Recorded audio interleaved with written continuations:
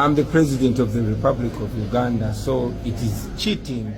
Ku bibadde bitambula mu katambi kano, abaana bagenze ne bakomentinga mu comment section ku katambi kano aka Bobi Wine nti Bobi Wine nga yekkiririzaamu ye musajja munanga ate kwegamba atasobola kwesembya, ye buli kyakola yekkiririzaamu era nga bw'owulidde nti ye president munnange mu katambi ako, naye nga just yali akimiininga newankubadde nti nno si yaliko. Kakati nno ngenda kubeera nga mbikolagakoko ate nga King Saha ye akyagenda mu maaso munnange ate okukola bu challenge bwe. Leero abadde munnange ate n'eddoogo ye era nga bw'ogezaako okulaba mu maka ge. Ate nga wali munnange ate ebiri mu kutambula ku Eddie Kenzo omuyimbi biibino nno bivuddeyo munnange ate mu katambi kano ebyamaawo. Eddie Kenzo ng'ali mukakasa nti nno we yali ajja munnange ate mu kisaawe ky'omuziki munnange ate famire ya Bobi Wine yamuyamba nnyo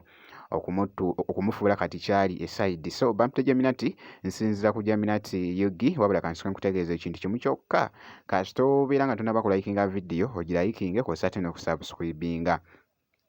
Kakati nno ngenda sooka nkuzanyiremuko akatambi kano.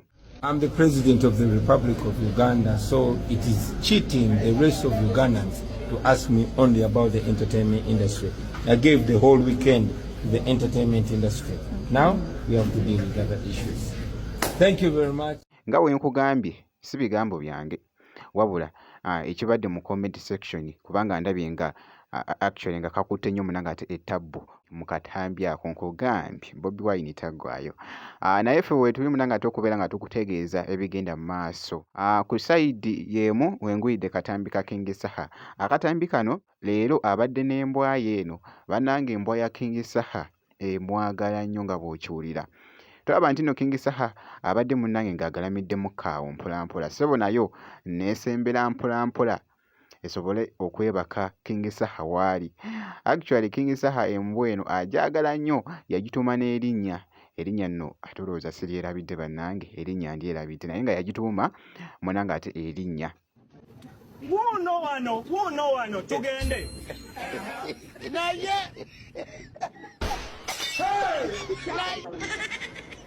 wuuno wano tugende. Naye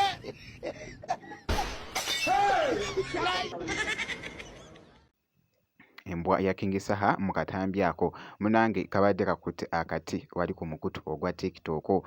Sigenda kubeera nga ndwawo, wabula nga wenkutandisizza ku information mu katambi kano aka Eddie Kenzo. Kansuke nga kuzanyiremuko. Amazima mu bantu abandibadde bawalampa Robert Kyagulanyi Ssentamu, Eddie Kenzo teyandibaddewo. Yennyini yeewaako obujulizi, sooka owulire. Nze gwe mulaba nze okuvaayo nsobole okuwulikika ensi emmanye najampinga ku Mick Wine kuba yali alina access y'Abaganda be nga balina studio ennungi. Era singa si Mick Wine kunnyamba na Bobi Wine singa siriwo, kuba nali sirina sente zirikodinga naye nga nali mpulira nga nsobola. Singa nze nali nja kuba na muyimbi nnyo nga nkyalina muto kuba nali nkifuulira nga nali mpulira muli nga nkirina, naye nga kusobola kugenda mu studio kuba nali sobola kujja affordinga. Naye kati omwana yerwanyeeko nezigenda mu studio azifunya recordings olimo at the end of the day ajja alusasulira okufuna airplay. Kyokka ng'ennyimba z'abantu ababeera e Bulaaya mwe muzinoonya ke basuulayo ke mujjayo ke mukuba temubamanyi, temumanyi gye baava, naye bo mubakubira ennyimba zaabwe nga temubaggyeko yadde ekikumi. Naye omwana alina okuganyulwa mu nsi ye mwe yazaalibwa mwalina okulya, kyokka ate ye mumugobamu. Mwagala abantu baffe balagewa. Mwagala abantu baffe balagewa. Nkugambye bibadde biri mu kutambula wali munnange ate ku mukutu ogwa TikTok. Ky'olina okukola kusigala nga weekuumidde ku Jaminati Yugi, ebisigadde byonna gwe just biturekere kasita obeera ng'osubscribinze.